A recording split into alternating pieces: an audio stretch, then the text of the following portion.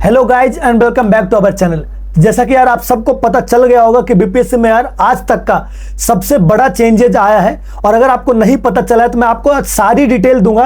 एक वीडियो के अंदर आपको सारी चीजें पता चल जाएंगी कि आखिर क्या क्या चेंज हुआ है, एग्जाम के प्रोसेस में क्या चेंज हुआ है, एग्जाम के सेट में क्या चेंज हुआ है, क्वेश्चन में क्या चेंज हुआ है, मेंस में कितने लोग आएंगे, तो सारी मैं डिटेल्स आपको बारे में बताऊंगा। और ये भी हम डिस्कस करेंगे यार कि अब आपका जो है ना अगला स्टेप क्या होना चाहिए। क्या आपको उसी सोर्सेस पे भरोसा करना चाहिए जिससे आप पढ़ रहे थे, या क्या प्रीवियस ईयर जो क्वेश्चन होते हैं क्या वो हेल्पफुल वगैरह है, तो वो सारी चीजें हम डिस्कस करेंगे। हम जो चेंजेस की बात कर लेते हैं यार फटाफट, क्या क्या चेंज हुआ है। तो देखो, एक तो चेंज है एग्जाम के प्रोसेस में, लेकिन यार हमें प्रोसेस से लेना देना नहीं है, क्योंकि यार एग्जाम का जो प्रोसेस है कि भाई एग्जाम का पेपर कहां छप रहा है, परिवहन कहां हो रहा है, हमें बस उससे ना बस ये आइडिया लग जाता है कि एग्जाम का पेपर ना लीक ना हो। तो देखो इन्होंने क्या बोला है बीपीएससी ने इस बार कि भाई जो एग्जाम का क्वेश्चन प्रिंट होगा ना, जहां प्रिंटिंग प्रेस जहां होगा, वो अलग अलग राज्य के अलग अलग जिले में प्रेस हो रहा है, मतलब वो प्रिंट हो रहा है। यानी कि जो बीपीएससी का पेपर है वो अलग अलग स्टेट के अंदर प्रिंट हो रहा है और उनमें भी ना अलग अलग जिले को सिलेक्ट किया गया है। तो एक तो प्रिंट में यहां बदलाव हो गया है। प्रिंट से जब अगला स्टेप पर जाएगा ना, परिवहन में, ट्रांसपोर्ट में जब जाएगा, तो ट्रांसपोर्ट में ना पहले क्या होता था, पेपर पर ना एक नंबर का होता था, कोड होता था, लेकिन अब जो कोडिंग है ना वो उस नंबर से नहीं हो रहा। अब जो कोडिंग है वो कलर के ऊपर हो रहा है। यानी अब ना अलग अलग कलर के पेपर बनाए जाएंगे और जो ट्रांसपोर्ट के अंदर जहां पर ले जाया जाएगा ना, जहां पर उसको रखा जाएगा, वो ट्रेजरी जो है ना वो भी अलग अलग होगा। यानी जैसे पहले जो होता था पेपर कहीं ले जाया जाता था डिस्ट्रिक्ट का एक हेड के अंदर, किसी बैंक वगैरह में या कहीं पर भी वो एक ट्रेजरी में रखा जाता था। लेकिन आजकल क्या होगा, अब क्या होगा कि एग्जाम का जो पेपर है वो अलग अलग ट्रेजरी के अंदर होगा। तो एक तो ये बदलाव हुआ है। और एक और बात कहा गया है कि भाई जो ट्रेजरी है ना उसके साथ में एक ऑफिसर चलेंगे और साथ में कमांडो भी होंगे। तो मतलब पेपर का जो ट्रांसपोर्ट का है ना प्रोसेस, उसमें कमांडो होंगे और ऑफिसर होंगे। तो यह ध्यान रखना कि मतलब इससे क्या फायदा होगा हमें कि पेपर के जो लीक होने के चांस है ना वो कम हो जाएंगे इस स्टेप पर, अगर सब कुछ सही रहा तो। अब देखो इसने अगली बात इन्होंने क्या कही है कि भाई जो वहां का डीएम होगा, जैसे जो पेपर जो होता है वो डीएम के अंडर में होता है फाइनली, तो जो डीएम होगा ना उसको 2 घंटे सिर्फ पहले पता चलेगा कि उस सेंटर पर कौन सा पेपर इस्तेमाल करना है या उस डीएम के डिस्ट्रिक्ट में कौन सा पेपर इस्तेमाल करना है। मतलब अलग अलग कलर के अलग अलग पेपर पहुंचाए जाएंगे हर डिस्ट्रिक्ट में। और डीएम जो है ना उसको कब पता चलेगा, सिर्फ 2 घंटे पहले, कि हमारे डिस्ट्रिक्ट में कौन से कलर वाला पेपर यूज करना है। उसके पास बहुत सारे कलर के पेपर होंगे अलग अलग सेट के, लेकिन उसको खुद ही नहीं पता होगा। और एग्जाम जो होगा उस एग्जाम के सामने जो पेपर का सील जो है ना वो एग्जाम में बच्चों के सामने खोला जाएगा। ये तो चलो अभी भी होता था। तो देखो इस प्रोसेस से एक चीज तो क्लियर है यार कि बीपीएससी ने कम से कम एक कोशिश किया है कि भाई एग्जाम का जो प्रोसेस है ना उसमें कहीं लीकेज ना आ जाए। क्योंकि आपको पता है यार कि बिहार में अगले साल चुनाव है, और अगर इलेक्शन ईयर में बीपीएससी का एग्जाम लीक हुआ तो समझ जाना चुनाव का ये इतना बड़ा मुद्दा बनेगा ना यार, सरकारें गिर जाती है इसके ऊपर। तो अगर सरकार जो है ना अपने तरफ से तो कम से कम एक चीज वो कोशिश कर रही है कि एग्जाम ना लीक ना हो किसी भी तरीके से। अब देखो जो दूसरा चेंज हुआ है वो क्या हुआ है कि अगर आप एक ही शहर की बात करो, मतलब मान लो आप कहीं पटना की बात करो, तो पटना में जो अलग अलग सेंटर है ना, अलग अलग सेंटर पर 100% पेपर जो होगा वो अलग होगा। मतलब सेट कई सारे बनाए जाएंगे। ऐसा कहा गया है कि A to Z सेट का होगा। तो सोचो जब इतने सारे सेट होंगे तो अलग अलग सेंटर पर अलग अलग पेपर होगा। और आप जानते हो एक शहर के अंदर कितने ही सेंटर होते हैं, मुश्किल से 20 होते हैं, 25 होते हैं। तो मतलब सोचो हर सेंटर पर अलग पेपर होगा एक शहर के अंदर। और दूसरी बात, एक सेंटर के अंदर जो पेपर है उसमें भी 8 रंगों का बनाया जाएगा। पहले क्या होता था यार, 4 सेट होता था ABCD, और चारों सेट में ना कुछ क्वेश्चन, बस क्वेश्चन की नंबरिंग अलग होती थी। अब क्या है, 8 सेट होंगे 8 रंग के एक सेंटर पे, और उसमें 96% जो ऑर्डर है ना उनका डिफरेंट होगा। मतलब 96% क्वेश्चन का जो ऑर्डर है, जो क्रम है ना, वो अलग अलग होगा एक सेंटर पर। और एक शहर के अंदर हर सेंटर पर लगभग 100% पेपर अलग होगा। तो ये 2 बातें और कही गई हैं। अब जो तीसरी देखो इंपॉर्टेंट जो बात है यार, वो कहा जा रहा है कि एग्जाम जो है ना 2 दिन में होगा। मतलब आपको पता है कि बीपीएससी को ऐसा लग रहा है कि 8 से 10 लाख लोग ना इस बार फॉर्म भरेंगे, तो उसके अकॉर्डिंग उनके पास ना उतनी कैपेसिटी नहीं है कि वो एग्जाम करा सके। तो उन्होंने क्या बोला है कि भाई हम 2 दिन एग्जाम लेंगे। अब 2 दिन में ना अगर एग्जाम लेंगे तो यार आपको कंफर्म हो जाना चाहिए कि नॉर्मलाइजेशन का इसके अंदर प्रोसेस होगा। और नॉर्मलाइज आप जानते हो कि इसमें हो सकता है किसी पेपर का जो लेवल हो वो टफ हो, किसी का आसान हो। और क्योंकि सेट भी अलग अलग है, अलग अलग सेट बनाए जा रहे हैं अलग अलग पेपर के, यानी कि नॉर्मलाइज जो होगा ना, तो हो सकता है किसी बच्चे के कुछ नंबर बढ़ गए हो सकता है किसी बच्चे के कुछ नंबर घट गए हो। मतलब ये दोनों पॉसिबल है केस। तो ये ध्यान रखना, 2 दिन एग्जाम होंगे और हर एग्जाम में कई सारे सेट होंगे अलग अलग पेपर के।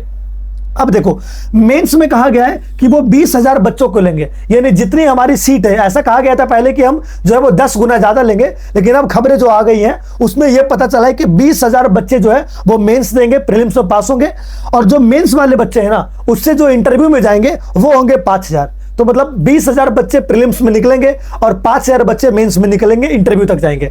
जो अगला जो बीपीएससी के चेयरमैन ने कहा ये वाला जो है ना कि भाई क्वेश्चन की जो क्वालिटी है, कि जो क्वेश्चन की क्वालिटी है ना वो अदर पीसीएस से अब टफ रखी जाएगी।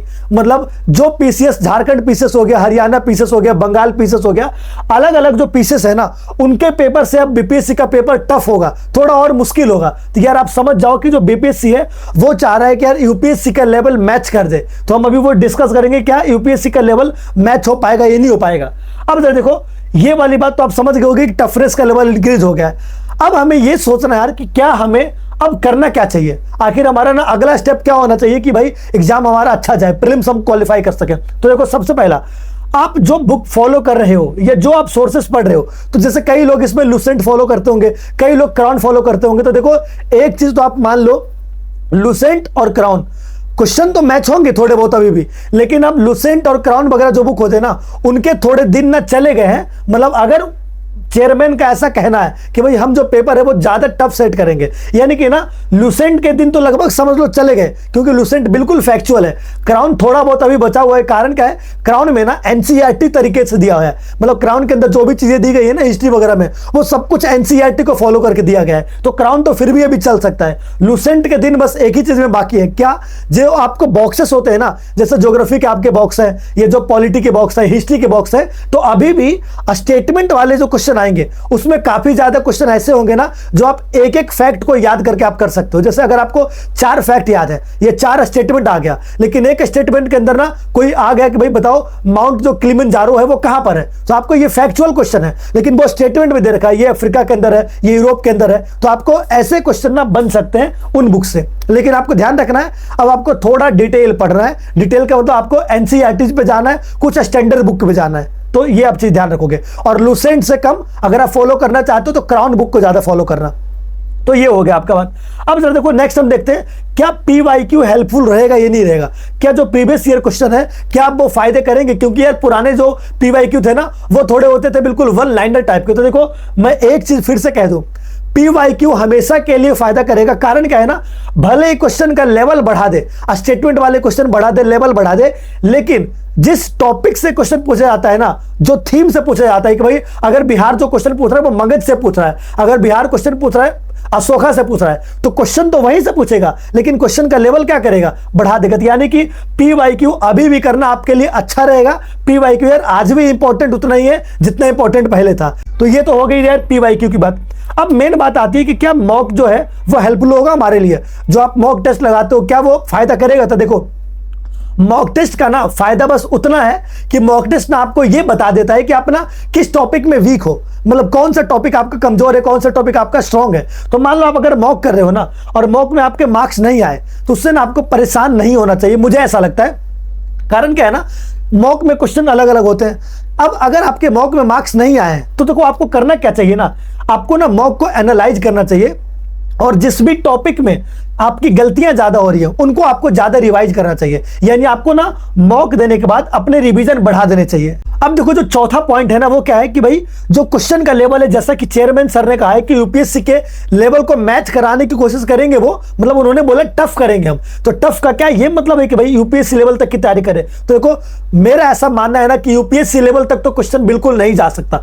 कारण क्या है यार, यूपीएससी के अगर आप पेपर देखोगे ना तो उनके एग्जैक्ट सिलेबस बिल्कुल हाई टफनेस में होते हैं। अगर आप यूपीएससी के प्रीलिम्स का पेपर देख लो तो प्रीलिम्स में आपको मीडियाबल के अंदर या हिस्ट्री के अंदर ना ऐसे ऐसे क्वेश्चन मिलेंगे ना जो कि अलग अलग तरीके से, मतलब आपको एक बुक के अंदर मुश्किल से 1-2 क्वेश्चन मिलेगा। यूपीएससी में ऐसे क्वेश्चन आते हैं हिस्ट्री में। लेकिन आप बिहार का क्या देखोगे कि बीपीएससी में अभी तक क्या होगा, अगर आप एनसीईआरटी भी फॉलो करते हो ना तो एनसीईआरटी से ही कई सारे क्वेश्चन सॉल्व हो जाएंगे आपके। तो यानी ध्यान रखना यूपीएससी लेवल तो नहीं होगा, यूपीएससी से नीचे ही होगा, लेकिन यूपीएससी का ना एक चीज जरूर आपको फायदा करेगा।